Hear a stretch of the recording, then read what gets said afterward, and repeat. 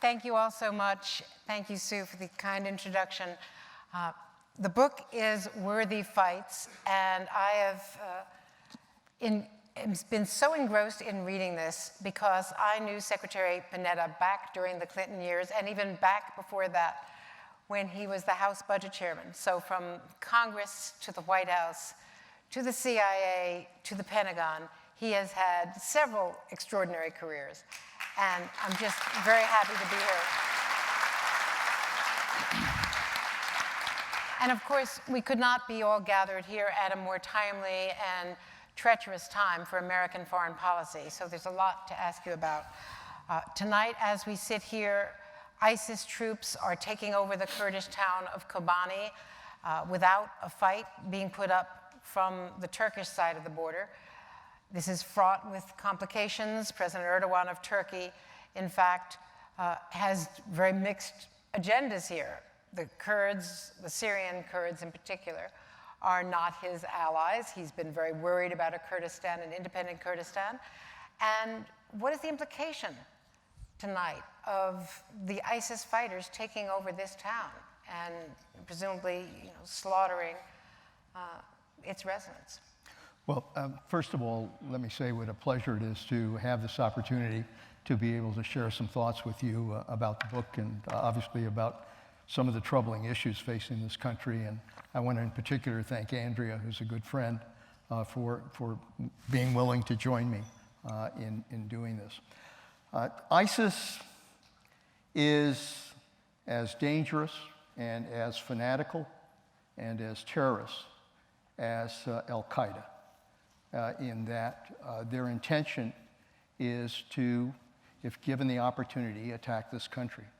And we face that with Al-Qaeda. You know what happened on 9/11, and we went to war against terrorism as a result of 9/11. And the mission was to dismantle, disrupt, and destroy Al-Qaeda. That was the fundamental mission that President Obama laid out for me as CIA director and certainly as Secretary of Defense. And we went at them. And I think the same thing is true for ISIS. ISIS represents an even more fanatical form of terrorism. They're obviously very good fighters. They're well-funded. They're well-armed. And we see the consequences of this because they obviously have taken over large chunks of Iraq and some key cities in Iraq. They are sophisticated in the way they now are responding to our air attacks. They're very resilient. They are hiding in the population. They're hiding their weapons. They're hiding their mobile capabilities. And so this is going to require a tremendous amount of flexibility on our part in order to be able to go after them. They're now going after this city on the border with Turkey. They see the opportunity there to be able to take over the city. They see the hesitation in Erdogan and the Turks as to what they're going to do to respond to this. And so they're making use of that opportunity to do that. This is the kind of enemy we're going to be dealing with. And I think it's fair to say that we are going to be involved in a very long and sustained war against ISIS. And hopefully, I think the president needs to prepare this country for what may be a very long battle against this enemy. You write in Worthy Fights about the withdrawal from Iraq, that it could become a new haven for terrorists to plot attacks against the United States. Iraq's stability, thus, in my view, was not only in Iraq's interest, but in ours. You said you personally warned the president against withdrawing all American troops from Iraq. Do you think that created a vacuum in which ISIS was able to? Yeah, I don't think there's any question. I don't think there's any question, but that not having a presence there with our troops, and we had the recommendation that the president supported that we should locate about 8,000 to 10,000 of our troops in Iraq, along with CIA capabilities or intelligence capabilities, along with diplomatic presence in order to back up our presence in Iraq. And the purpose of that was to ensure that Iraq's security forces would continue to move in the right direction, would continue to go after al-Qaeda, and that our intelligence operations could work with theirs to identify those targets and be able to make sure that we were doing everything possible to secure Iraq. The additional point was that our presence, I think, would give us much more leverage to deal with Prime Minister Maliki, who was very unpredictable, in many ways paranoid about his concern that the Sunnis were going to come after him, and as a result of that, directly went at the Sunnis. I think we would have had better leverage to try to ensure that he would not resort to those kinds of tactics. So by not having that presence there, what happened was we created a vacuum. And Maliki basically took off, went after the Sunnis, went after them in the military, went after them in government, created a reaction among the Sunnis that in large measure fed the creation of ISIS, did the same thing with the Kurds. And the consequence is that we, combined with what's going on in Syria, created a breeding ground for what we now know as ISIS. Well, you also write about that crucial decision. Those on our side of the debate, Michel Flournoy and others working with you at the Pentagon, viewed the White House as so eager to rid itself of Iraq that it was willing to withdraw rather than lock in arrangements that would preserve our influence and interests. Can you blame them in a way? The American people were weary of this war. We had spent the incredible sacrifice of American blood and treasure, which you knew as Defense Secretary better than anyone. Yeah, no, look, I understand the sense of exhaustion. I think there was a sense that we've been at war for a long period of time. The time has come to end that war and not retain any troops there. But I think probably the biggest concern was that Maliki himself was creating all kinds of problems with regards to whether or not we would have a SOFA agreement, which is a status of forces agreement, which allows us to protect those troops that remain in a country. And he kept, playing with us as to whether or not he was going to be able to agree to that SOFA agreement, and he argued that he would have to send it to the parliament, which would probably be, sounding the death knell for being able to get that done. And I think part of the psychology in the White House was that, why should we want this more than the Iraqis? Well, the problem is that we sacrificed a great deal in Iraq, whether we agree or disagree as to why we went into Iraq. We sacrificed a great deal in order to try to give them a chance to secure and govern themselves. That's what the mission was. And we did a great deal to put them on the right track. I think we gave Prime Minister Maliki and the Iraqis a chance to be able to move forward. To assure that all of the sacrifice was worthwhile, I think having a presence there would have gone a long way in order to make that clear. And after all, we maintain a presence in other places. We maintain a presence in South Korea for a long time. We have a heavy presence there. We maintain a presence in other countries in the Middle East. So having a presence there is something that's very much in line what we do in order to ensure our peace and our prosperity. As a matter of fact, the president did the right thing in deciding to keep 10,000 troops in Afghanistan. That wasn't easy. Karzai was against it. The people that were elected trying to figure out who the hell was president was something they were struggling with, but we engaged. Secretary Kerry went there to try to resolve that issue, and he played a large role in helping to resolve that issue.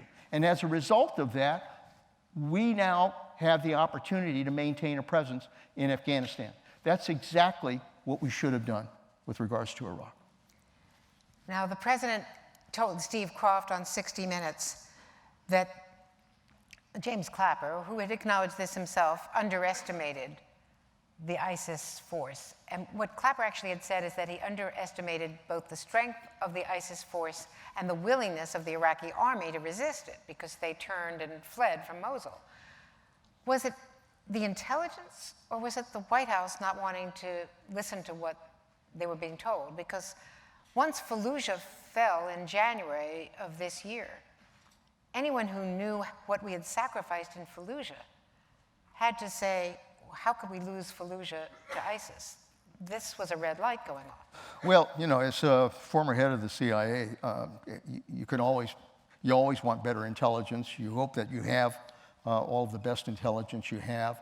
But my view is that ISIS didn't just happen as a result of getting not the best intelligence, but it also happened as a result of some of the policy failures that took place.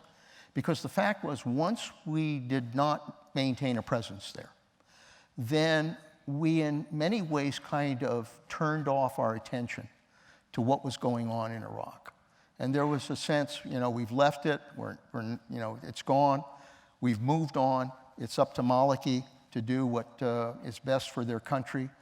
We didn't follow as closely as we should what Maliki was doing. You could see the deterioration that was taking place. The Sunnis were beginning to move across the border into this chaos that is Syria. We saw that happening. There were many countries, moderate Arab countries, that were providing their own funding with regards to different elements of the opposition. So that helped contribute, I think, to ISIS.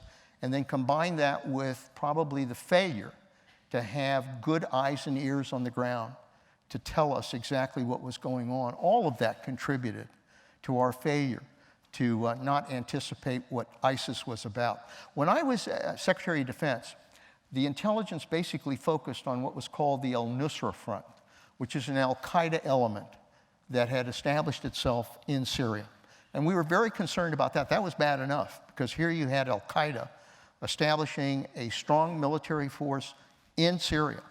And depending on how that conflict went, you could have the opportunity that al-Qaeda would have tried to establish a base of operations there, and we were very concerned about that. But I did not see, as Secretary of Defense, anybody who identified whatever this movement called ISIS at that time. So clearly, we lost track of what exactly was happening in the chaos of Syria and the chaos of Iraq. And unfortunately, we're now paying a price for that. You and Hillary Clinton and others recommended 2 years ago that the, quote, so-called moderate Syrian rebels be armed. Now, that's fought with difficulty. You have to track the arms, and they were a fledgling force. Would it have been different, though, if the United States had armed those rebels and tried to prevent ISIS and other more radical groups from metastasizing? I think it was an important thing to do, for several reasons. First of all, the president said that Assad has to come down. He made that very clear. And my argument was, once you take that position that Assad has to come down, then you can't just kind of step back and let chaos reign.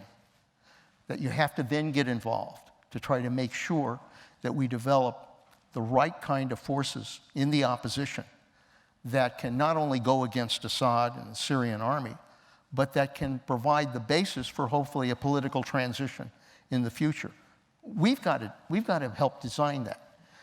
And so when David Petraeus made the recommendation that we ought to arm and train members of the opposition, both Secretary Clinton and myself thought that made sense, and that we ought to support it, because we needed to have leverage at that point in dealing with the opposition. I mean, how can you tell them to get their act together and then say, we're not going to help you out, we're not going to give you the arms you need? So I view that as important leverage in order to influence exactly what happened with the opposition. Make no mistake about it. This is a very confused situation. There's something like 100 or more different elements to the opposition. And to try to identify who are the good guys and who are the bad guys was not easy. But our ability to go in and work with them and get a better sense of who could provide that leadership, I think, was extremely important to our ability to influence what happened in Syria. The president's concern, and it's understandable, was that providing weapons to them might mean that those weapons might wind up in the wrong hands. I understand that concern, but I think that was a risk worth taking if we really wanted to influence what was happening in Syria. Let's talk about red lines. Please, go ahead. No, look, and by the way, the president made the decision now that we ought to train and we ought to provide weapons to the opposition. He's making the right decision today. That was the right decision 2 years ago as well. But 2 years have elapsed and a lot has happened, none of it good in the interim. Let's talk about red lines. Was it a mistake, first of all, to say Assad must go if you're not prepared to follow up with the policies? I think it's very important once the president made the statement that Assad should go, that it's not like, saying it and then kind of standing back and hoping for the best. Man, look, what we're finding out, and I understand, and I think this is kind of what influences a great deal of what the president does. He feels that the American people are exhausted by over 10 years of war, frustrated by having engaged in 2 wars with the losses that were involved, and that it was time to kind of end those wars and try to turn towards our own country. I think that was kind of what was influencing the president. But what we found out by recent events is that if the United States does not provide leadership on these issues, no one else will. No one else will. And we're the ones that pay the price if we don't get involved and provide the leadership necessary. And so when it comes to dealing with Assad, when it comes to dealing with terrorism, when it comes to dealing with ISIS, we are going to have to be the ones that provide the leadership, in part because of our values and who we are as a country, but also because we represent the strength and the power to be able to accomplish what's important in order to preserve peace in the world. There's another red line. A year ago, Labor Day weekend, when the president said, if Assad uses chemical weapons against his own people, we will do something. We will use air strikes. And then he did not.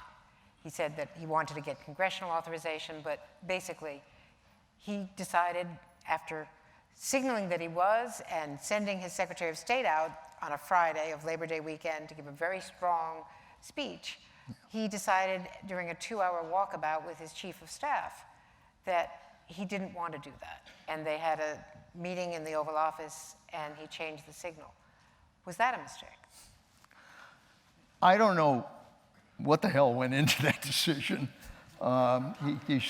He should have, instead of walking around the garden, probably have walked into the National Security Chamber and talked with some of the other people that are part of the national security team. I think this was, probably one of the most serious failings in terms of foreign policy. Why? Because when you're commander-in-chief and president of the United States, and you draw a red line with regards to a particular issue, and I guess you could argue, should we have drawn a red line with regards to the use of chemical weapons? My view was we should, but there are some that would have questioned that. But once the president made the decision that we were going to draw a red line and make very clear to Assad that if he used chemical weapons against his people, we would take action. And the president said that. Once you draw that line, the credibility of the United States is on the line. And so when chemical weapons are used and innocent people are killed, men, women, and children are killed as a result of that, they clearly have crossed that line. And that's a moment when the United States has to say, we said we're going to take action, and we will take action as a result of what took place. And when the president kind of, and frankly, I thought he was going to take action. I mean, Secretary Kerry was saying something about, well, this isn't going to be heavy attacks, there'll be light attacks, or whatever words he used. And others were saying, President was saying it, Vice President Biden was saying it, others were saying that we were going to do this. And whatever changed, I mean, whatever made him think differently about it and suddenly decide to send this issue up to the Congress. I mean, the Congress has a hard time figuring out what the hell the time of day is, much less figure out whether or not we go to war or conduct an attack. I mean, I don't know what went into that, but the consequence of that is that we sent a very terrible message to the world, not only to the Syrians, but others in the world, Putins of the world, who look at the United States and say, wait a minute, President drew a line, said he was going to take action, and then didn't take action. And that, I think, was the kind of message that only influences those who are enemies in the world. Now, having said that, I think the president's actions that he's taken now to go after ISIS, to try to confront this enemy that we're dealing with, and the steps he's taking to do that, have gone, some distance to try to repair what he did. But I thought that was, the kind of signal that, very frankly, hurt us a great deal in terms of the world. What the President and Secretary Kerry have now done is put together quite an unusual coalition. But it's a coalition of players like Qatar and Saudi Arabia and the UAE who are internally combative amongst each other because of disputes over which factions each supported in Syria, al-Nusra and ISIS and some of their precursor groups. And then there's Turkey, which has a very troubling relationship with us and with itself, and convoluted. Can this coalition work, or is this basically an American-led operation? Are they the window dressing so that we can say we've got Arab partners, or are they really going to be engaged? Look, let's not kid anybody. The United States is going to have to provide leadership on that coalition. I mean, it is, it's a fragile coalition. They all kind of do their own thing in that part of the world. But I've seen it be able to work. I mean, we used a lot of those countries coming together in the war in Libya.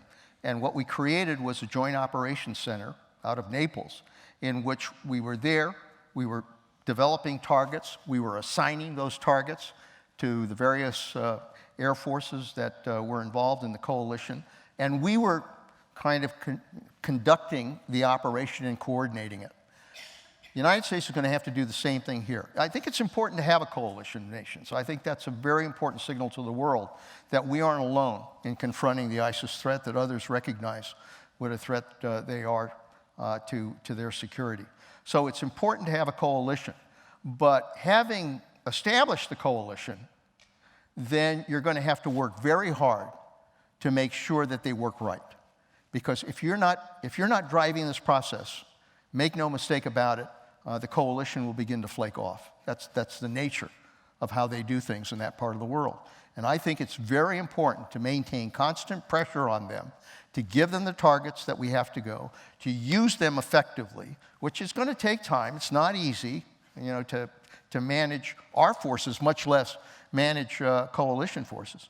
But I think it's important for us to provide that kind of leadership if we are going to develop the kind of unified effort that's going to be involved with ISIS. Look, please understand, this war that we're engaged in is going to take a long time. This is going to take a long time. I mean, airstrikes, as we all know, they have an impact. But airstrikes don't work unless you know what the hell targets you're hitting.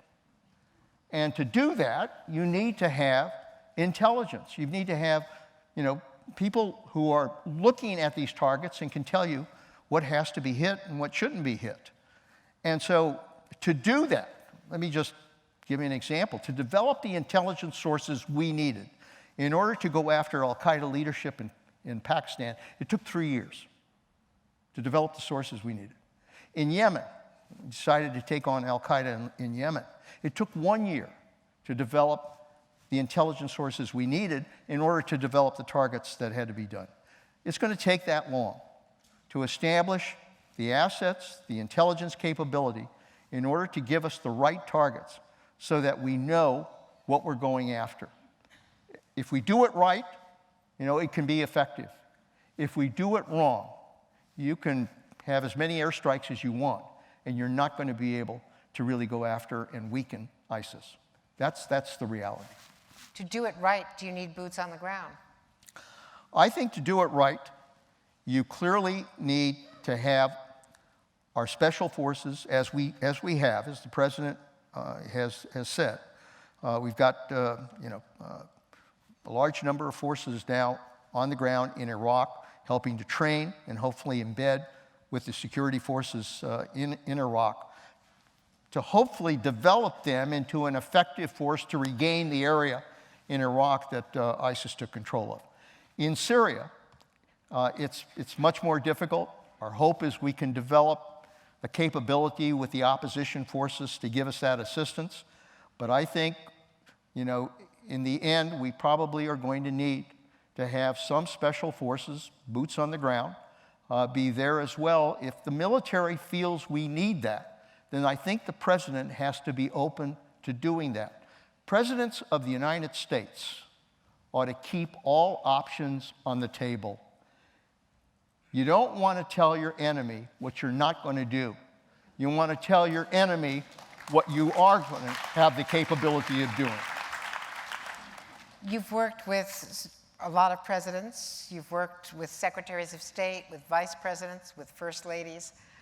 So you are uniquely capable of assessing the talents to become commander-in-chief of Joe Biden and Hillary Clinton. Why don't you tell us who's better qualified? Who would be a better president?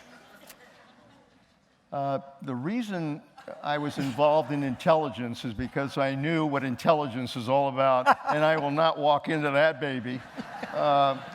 Look, let me tell you, Talk about Hillary, because I'll talk about both of them. Joe Biden is somebody I work with, in the Congress. We worked on legislation together, and obviously I work closely with him as vice president. And he's a very decent guy, and is capable and bright, and I think has really learned what it takes in order to be able to help run the country. So he's clearly someone who I believe is qualified. Hillary, and I've had the opportunity to work with her going back as chief of staff in the White House.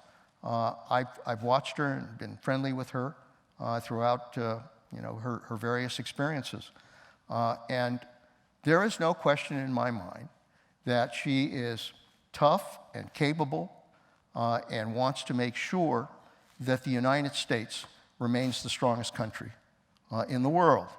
And I think that is very important that we understand that the United States has to provide leadership in a very troubled world, and that we have to remain strong.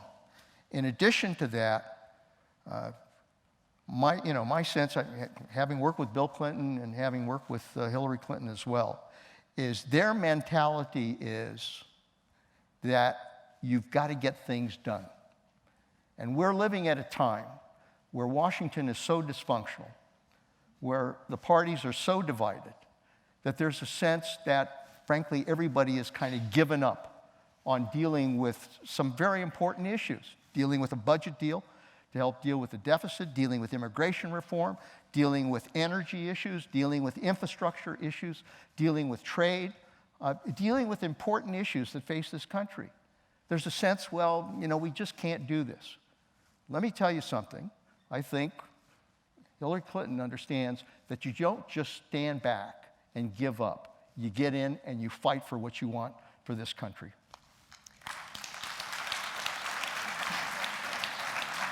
You've been the head of the CIA, and you've been Secretary of Defense, so you know something about male hierarchies.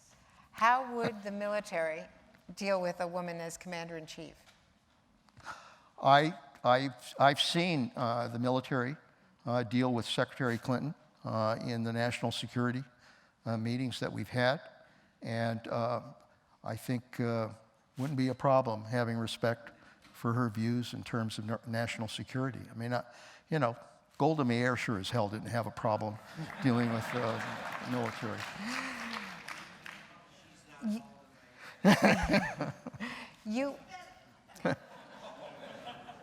This is interactive. Bin Laden, take us into your decision-making, the recommendations to the president. You write about this so memorably and colorfully. You weren't in the Situation Room, you were in the command center. So when did you know that the bet, and it was a huge bet, because nothing is 100% until it happens. When did you know you had it? Well, you know, when I became CIA director, you know, we had kind of lost track. The intelligence community lost track of where bin Laden was located. My goal was to go after bin Laden. The president made very clear that that should be a primary goal of the CIA director, is to make sure we could try to find bin Laden. And so, you know, I established a team at the CIA to do nothing else but focus on this challenge.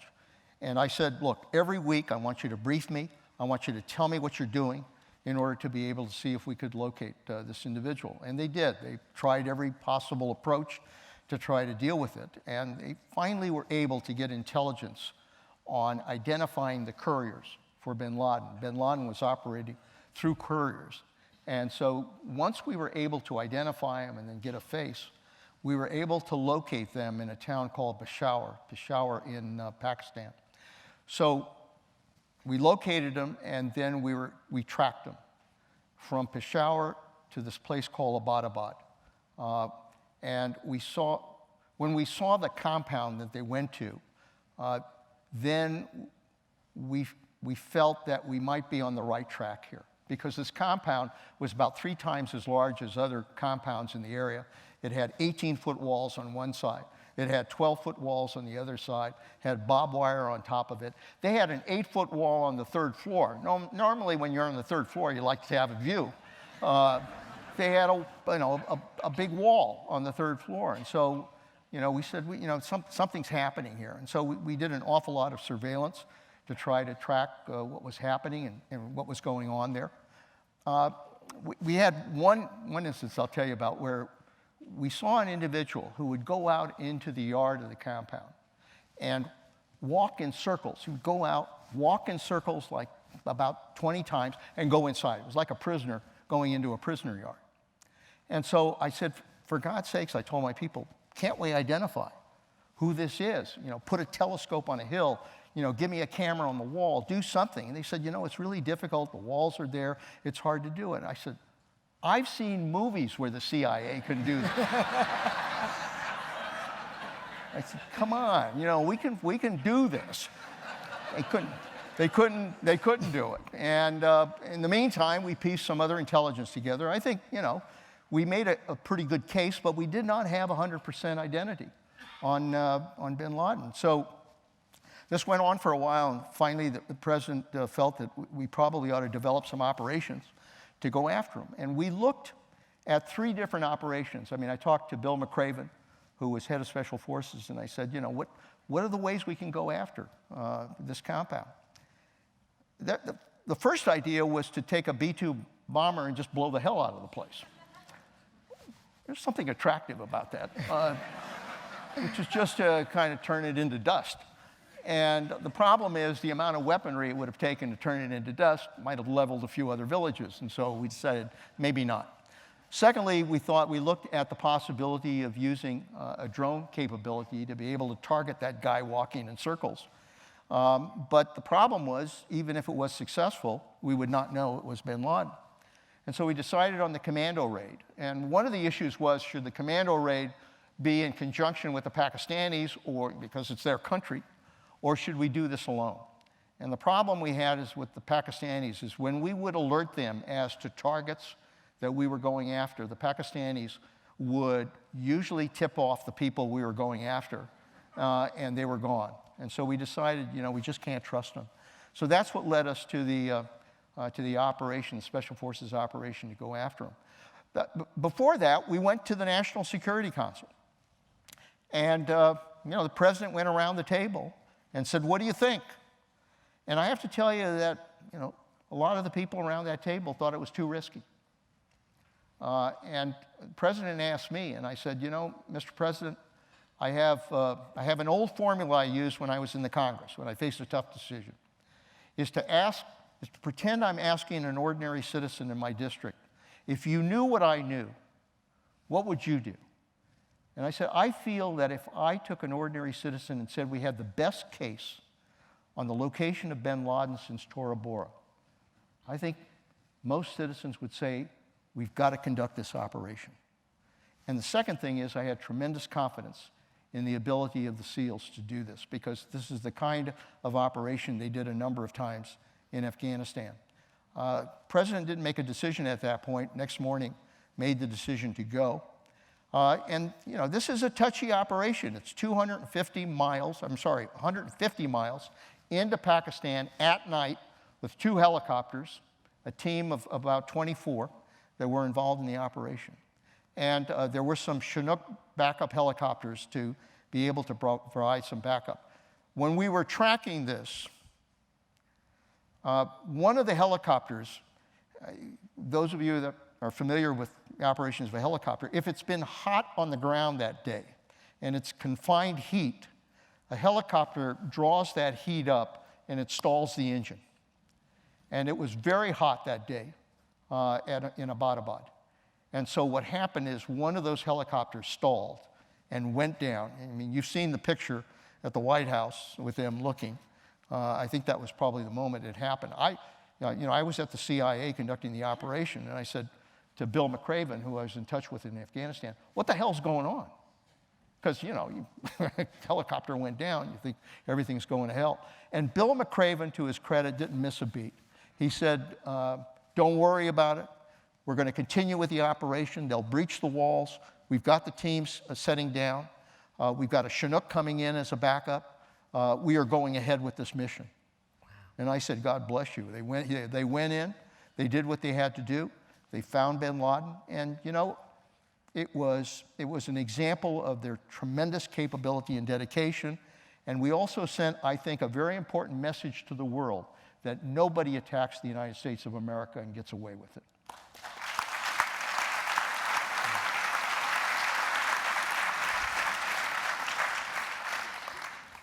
In your analysis, even now as an outsider, of ISIS, do we accept the fact that they are aspirational? They would like to do something terrible to us, and they are doing terrible, horrific things, beheading our people, journalists and others, aid workers, but that they do not have the capacity.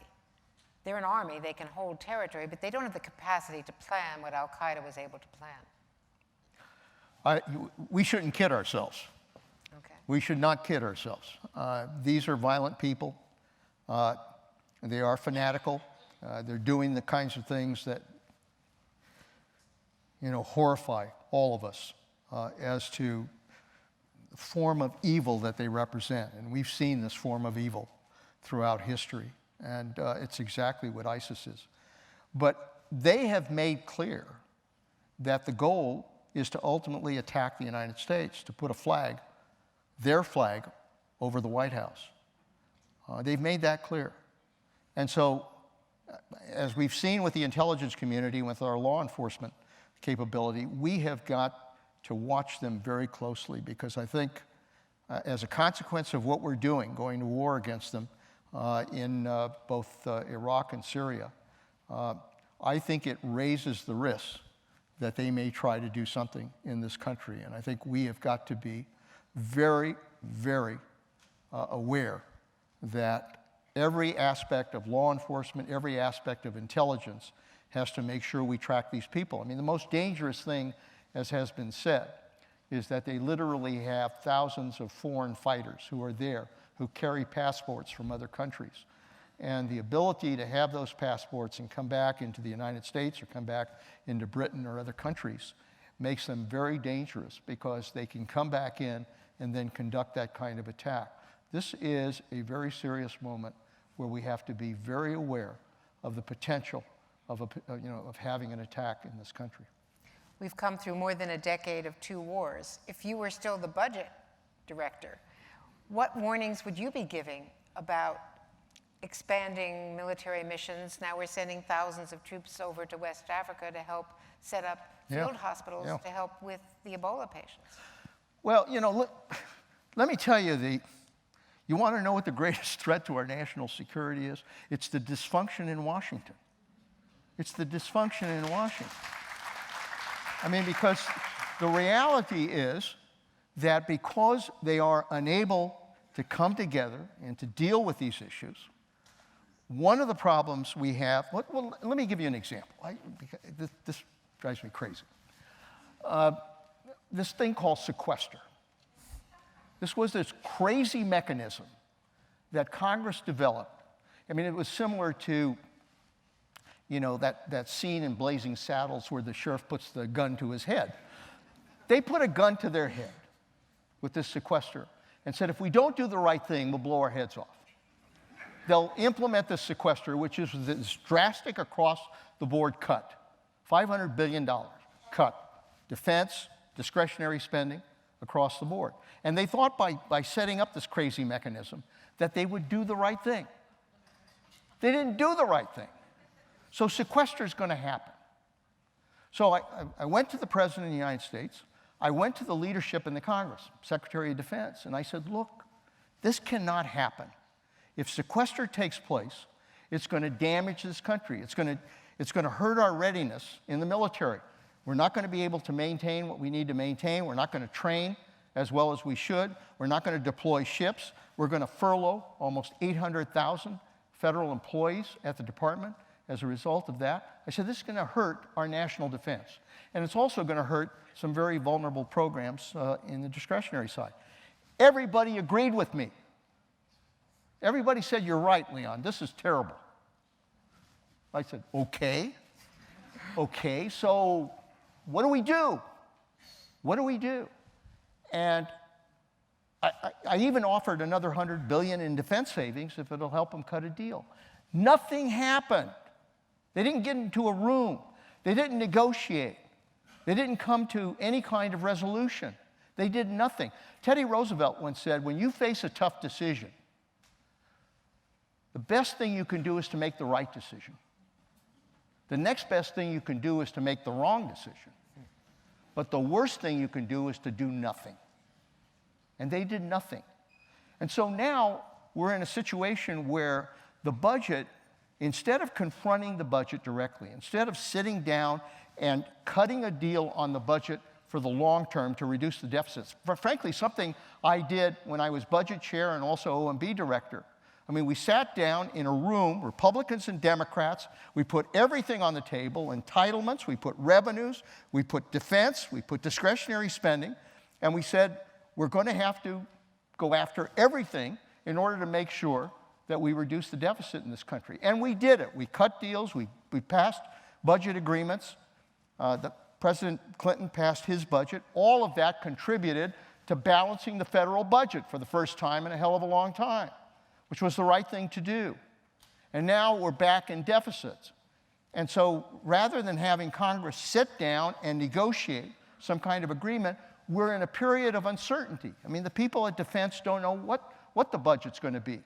Congress, instead of dealing with the issue, passes these CRs, which just kicks the can down the road, doesn't really confront this issue. So people at Defense don't know what their budget's going to be. And it's likely we could have another sequester or another shutdown of the government. So the greatest threat is to not have certainty. If we say we're going to reduce the defense budget by $500 billion, and that's the number, close to the number that I was given as Secretary of Defense, that's fine. Let me do it. Let me do it. Because I can find that savings. I can find it in procurement. I can find it in duplication and efficiencies. I can find it in compensation. I can find it in weapon systems. I can find the savings, if you tell me, and I can do it in a way that protects our national defense. But if you do this kind of crazy, we don't know where the hell you're going to get, or we just allow for this sequester, it damages our country and hollows out our military readiness. And this is no time in the world, facing the threats we are facing, where we should hollow out our capability to be strong for the future. This is a moment in time where the United States has to maintain the strongest military force in the world.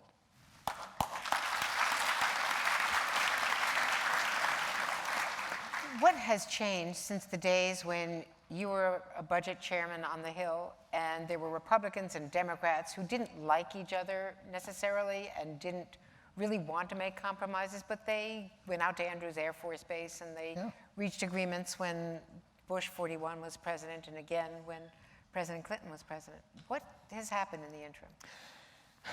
You know, I've seen Washington at its best and Washington at its worst. And which is it now? There's no question. In 50 years, I've never seen Washington as bad as it is today in terms of its division. But I've also seen it work. I've seen Washington work. I've seen, you know, when I went there as a legislative assistant, there were people like Jacob Javits from New York and Clifford Case from New Jersey, George Aiken from Vermont, my boss from California, Tom Kuechel, working with people like Henry Jackson and Hubert Humphrey. The Kennedys were there, people like Dick Russell, Sam Ervin, and they had their political differences. But when it came to issues confronting this country, they felt they had to work together. And landmark legislation resulted as a result of their working together. When I was elected to the Congress, I think Tip O'Neill was the same. Tip O'Neill, Speaker of the House. The Republican minority leader was a guy named Bob Michel. They had their differences, but they thought when it came to issues facing this country, you do what's right.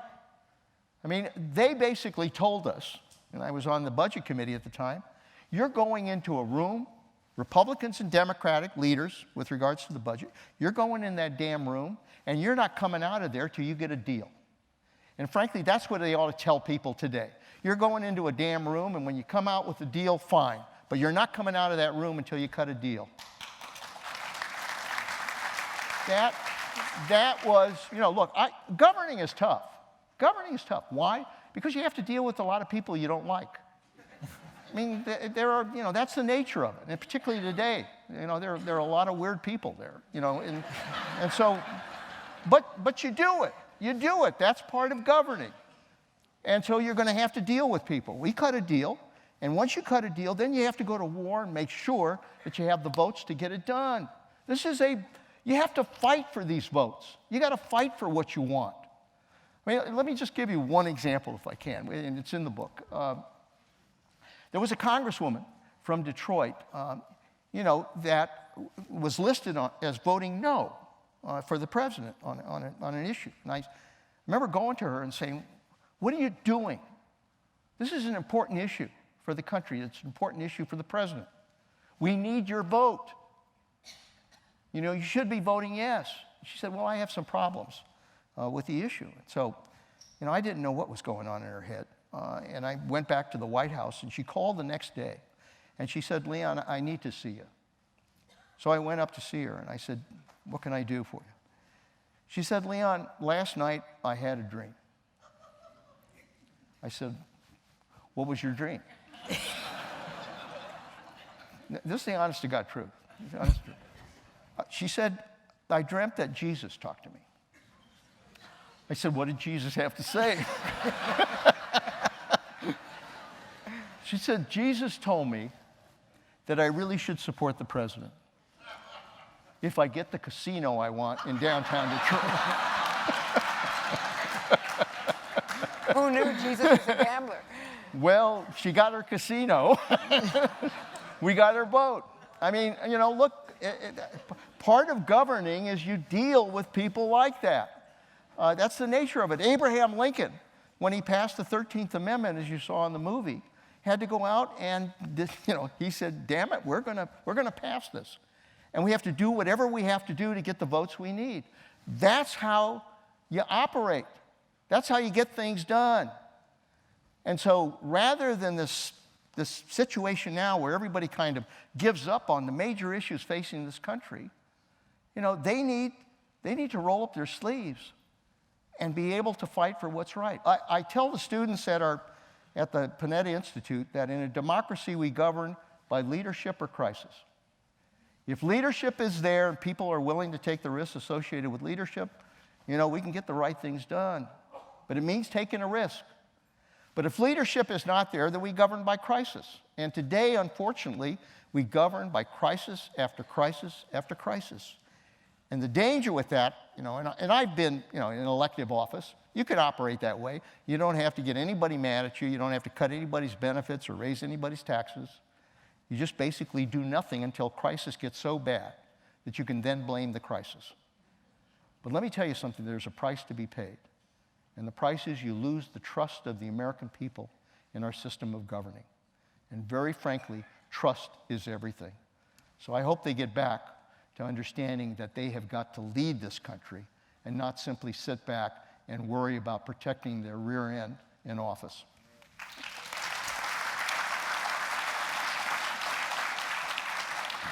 As you've certainly alluded to, we're living in an era where institutions we've always trusted are not working for the American people. Let's talk, and this is one of the questions that has been passed up to me from our audience. Let's talk about the Secret Service. You were White House Chief of Staff. You know the Secret Service. You know the hard and challenging job they do. What is going on there? I've kind of called this, kind of second-term blues, in which people take things for granted. They assume that if something hasn't happened, they start to get lazy. They don't really pay attention. They don't stay at the top of their game. Supervisors don't continue to push them and keep them in shape. I mean, the problem is you cannot assume that everything's going to be okay. You've got to be ready, especially when it comes to the President of the United States. I mean, I'll tell you a quick story. When I was, after I became Chief of Staff, I got a call at 2:30 in the morning, and you never get good news at 2:30 in the morning. So the agent called and said, Mr. Panetta, I hate to wake you up, but I have to tell you that a plane went into the White House. I said, oh, Jesus. I said, was it a 747? How big was this plane? He said, no, it was a light plane, went into the White House, may have hurt the Jackson magnolia tree, but we think everything's okay. And I said, well, wait a minute. Is this a terrorist attack? Are there explosives in that plane? Have you checked it out? And there was a pause. And he said, well, according to CNN News. I said, no. I said, I want you to get off your butt and go out there and find out what the hell is going on in that plane. And that is the kind of mentality that you got to go after people. You got to push them. And I think what happens is that people, they just assume, and look, it's not just the Secret Service, it's other departments. They start to do things by the numbers. And they don't really pay attention. They don't really commit themselves to really getting the job done. So it takes good supervision. It takes good training. You need good people. But most of all, you have to stay on top of them. You've got to test them. You've got to challenge them. You've got to make sure that they're doing their job. And particularly when it comes to protecting the president and the first family, you've got to be damn sure that you have the best people doing the job of Secret Service in order to protect them. And the only way you do that is by kicking ass. Speaking of kicking ass, what else besides sanctions can President Obama do to deter Vladimir Putin in Ukraine? I thought that it would be well if the president took a series of actions soon after this happened to make clear to Putin that we are not going to allow him to get away with what he's doing there in going in, taking over the Crimea, and then literally invading the Ukraine. And I think a series of steps should be taken. One, sanctions. I think the president and other countries have agreed to sanctions. That's one step. But in addition to that, I really do believe that we ought to be arming the Ukrainians. We ought to give them the military assistance they need in order to be able to confront the Russians. And I realize that the Russians are probably a much more effective force, but the reality is they need to know that if they're going to continue to do what they're doing, they're going to have to pay a price. So we ought to be helping in a military way, helping them with military assistance and with the kind of weapons that would help them confront that. Thirdly, I think we need to resurrect missile defense. You know, we made very clear that we're going to try to establish missile defense in those countries, but we were in negotiations with Russia, and we said, okay, you know, we'll take it easy in terms of getting these other countries to put missile defense in.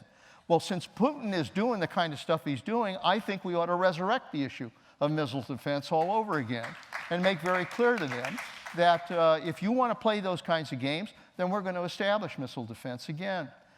Fourthly, that we need to strengthen NATO to make very clear that NATO is going to play a very important role in preventing Russia from going into some of these other countries. And fifthly, I think we ought to make very clear that we are going to provide additional energy resources to those countries so that Russia cannot just blackmail countries with regards to their energy resources. They are going to have to we're going to have to create some other sources of energy that allow these countries to basically have greater independence from Russia in terms of their energy supplies. It's going to take a long time.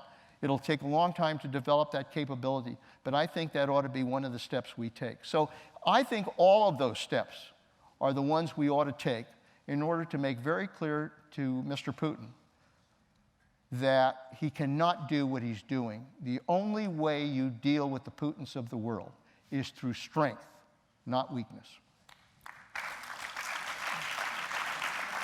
We have another questioner asking about the release of Bergdahl. I know we don't leave our soldiers behind, but do you think trading 5 Taliban for 1 U.S. prisoner makes it open season on the U.S. around the world? You know, this issue came up when I was Secretary of Defense, and at the time, I mean, I understand that we were trying to open up broader negotiations with the Taliban, and this was the price of being able to develop the broader negotiations. And I said, wait a minute. I mean, we're going to provide 5 of their worst people in exchange for a prisoner. I said, this doesn't make a lot of sense. You know, we ought to go back and try to negotiate with them. I said, in addition, I said, there is no guarantee that these people who are, among the worst in terms of the people we were maintaining at Guantanamo, I said, there's no guarantee that these people are going to be secure and that we're going to make sure that they're not going to engage back in the battle. And I had an obligation as Secretary of Defense to assure the Congress that we would not exchange anybody unless we were damn sure that they were secure and that we kept track of them. So I was opposed to the deal because we had none of those assurances. And as a result of it, it kind of went away. When I saw it come back, I was very concerned about the exchange that took place. Of course we want to get our people back. Of course we want to be able to make sure that no one is left behind.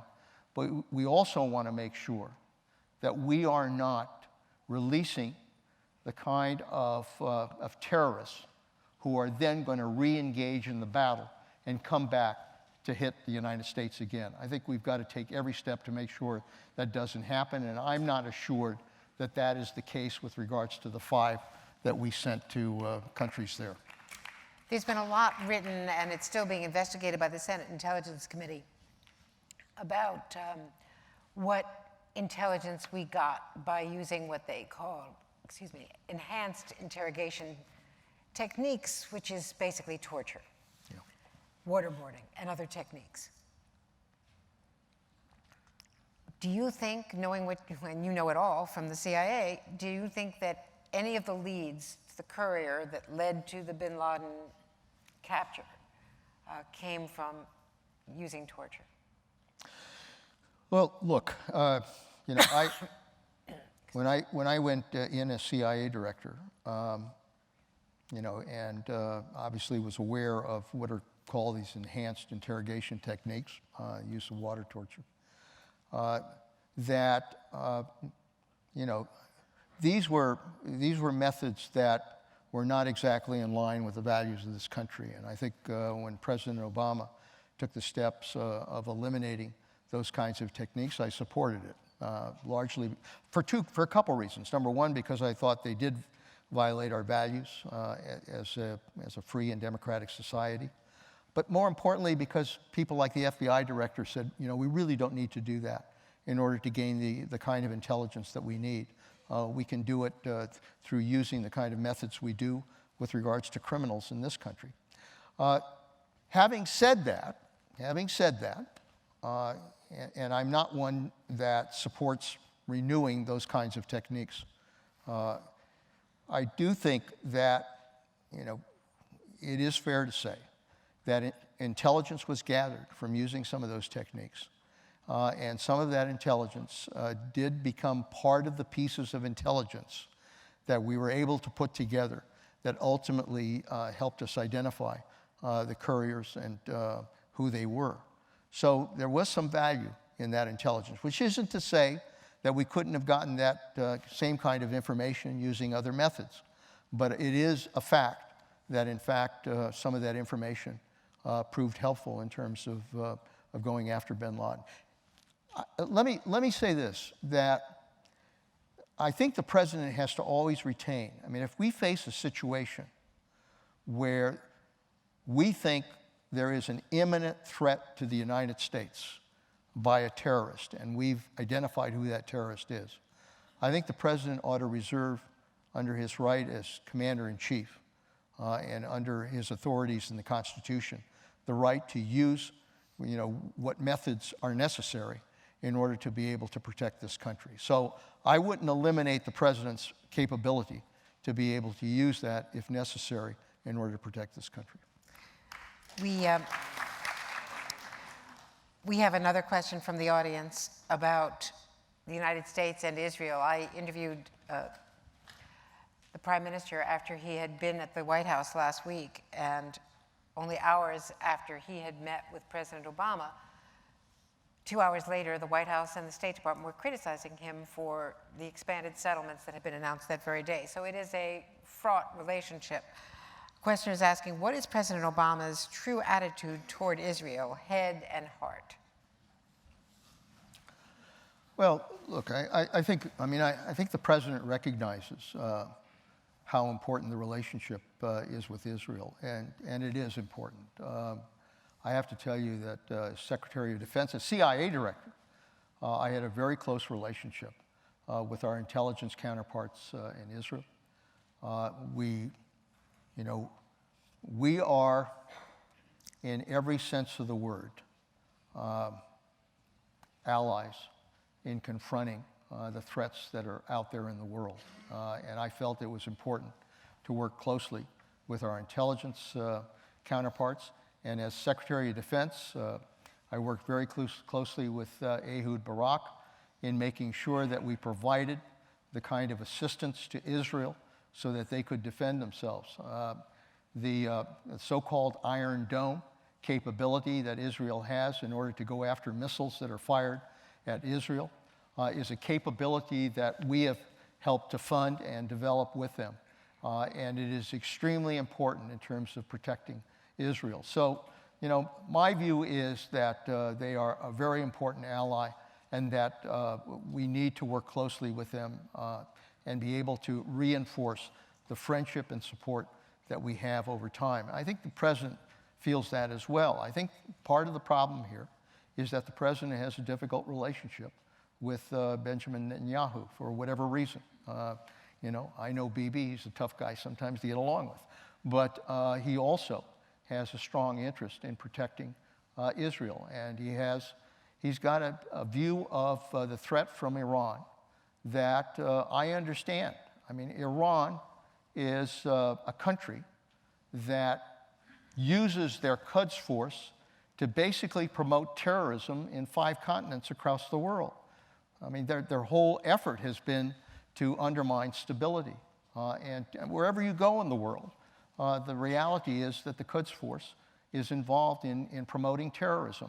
And in addition to that, you've got a country that continues to try to develop its nuclear capability with the prospect that if they can enrich enough fuel, that they have the potential of developing a nuclear weapon. That represents a real threat in that part of the world. I understand that. And I think that the end result is there have been some differences in terms of trying to analyze just how much of a threat that is. But I think the bottom line is that Israel and the United States have to work closely together, not only for purposes of protecting Israel, but for purposes of protecting the world from the kind of threats that we confront either from Iran or Hezbollah or other terrorist groups that very frankly need to be confronted and ultimately defeated if we're going to provide for peace in that part of the world. In terms of Iran and Israel, if the United States, and there are going to be negotiations again next week in Vienna, if the United States and Europe agree to a deal with Iran that Israel does not think is verifiable and safe for Israel, do you think Israel would take military action without American green light or yellow light from? Well, you know, first and foremost, I think it's important to be able to work with Israel in terms of whatever we negotiate with Iran. I don't think, you know, that we should do this in a way that basically sends a message to Israel that we don't care what they think. I mean, I don't like that. I think that we ought to be talking with them. We ought to be informing them as to what the negotiations are. Number one. Number two, I don't think we ought to cut a bad deal with Iran just for the sake of cutting a deal. I mean, the key here is, don't forget, Iran has 19,000 centrifuges. They have the capability to develop enriched fuel. And if they develop enriched fuel, which is, you don't need enriched fuel for peaceful purposes. You need enriched fuel in order to put into an atomic weapon. The key here is to make sure that they do not have the ability to develop enriched uranium. And that has to be a bottom line here. We can't give them the opportunity to, we're just going to have a few centrifuges in which we can develop enriched fuel. That's a bad deal. That's a bad deal. So we've got to come down very hard in these negotiations to make clear that, you know, we're prepared to help them. We'll give them, if they want to do peaceful uses, we can provide, you know, the uranium to do that. But we are not going to allow them to maintain centrifuges that produce enriched fuel. That should be a bottom line in terms of dealing with that. And by the way, if we did that, I think we would have Israel's support in whatever deal we cut. I know we don't have much more time, but I know that a wonderful part of this book, of Worthy Fights, is the personal story of you and Sylvia and your children, and one of whom served in Iraq during the war, and what your parents, as immigrants who created this walnut farm in this beautiful Carmel Valley in California, would think of you and the life that you have all created. If you could talk about that for a moment. Well, I've had the privilege of living the American dream. I am the son of Italian immigrants, and like millions of others who came to this country, they didn't have a lot of money, they didn't have a lot of skills, they didn't have a lot of language ability. And I remember asking my father, why would you come all of that distance to come to a strange land? This is the early 30s. And my father would say, the reason was because your mother and I believe we could give our children a better life. And I think that is the American dream. It's what we want for our children and for their children. My father was the 13th in his family, and he had several brothers who came over. And his oldest brother actually settled in Sheridan, Wyoming. And another brother, Tony, settled in California. So when my parents came, the tradition is that you visit the older brother first. So they went up to Sheridan to visit his older brother, Bruno. They spent one winter in Sheridan, Wyoming. And my mother said, I think it's time to visit your other brother in California, which they did. They finally wound up in California, and thank God they wound up in Monterey, California. And I was born in Monterey. And my father started a restaurant during the war years. And there was a lot of action there because there was Fort Ord, and a lot of young people were being trained for war. And I can remember that as a young kid. And my parents were hard workers. They were working at the restaurant. And as a matter of fact, my brother and I used to work there. My earliest recollections were standing on a chair washing glasses in the back of that restaurant. My parents believed that child labor was a requirement for us. And then after the war, he sold the restaurant and moved to this place where we live now and put in a walnut orchard. And we have this farm. And I tell this story because as the trees grew older, and again, I worked with my father, worked out there and worked alongside of him. But as the trees grew older, what he did in those days was he went around with a pole and hook and used to shake each of the branches. And my brother and I used to be underneath collecting the walnuts. When I got elected to Congress, my father said, you know, you've been well-trained to go to Washington because you've been dodging nuts all your life. So I had the chance to then go back to my home. It is now our home. My childhood home is the home that Sylvia and I maintain. We have 3 sons, all of whom are doing well, 2 lawyers and a doctor, and 6 grandchildren, and a dog named Bravo.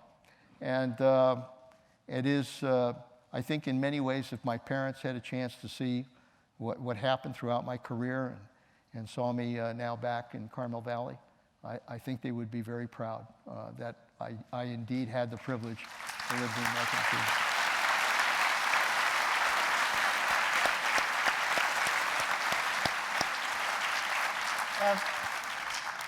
This has been an enormous privilege for me and for all of us in the audience as well. So thank you. Leon Panetta. The book is worthy.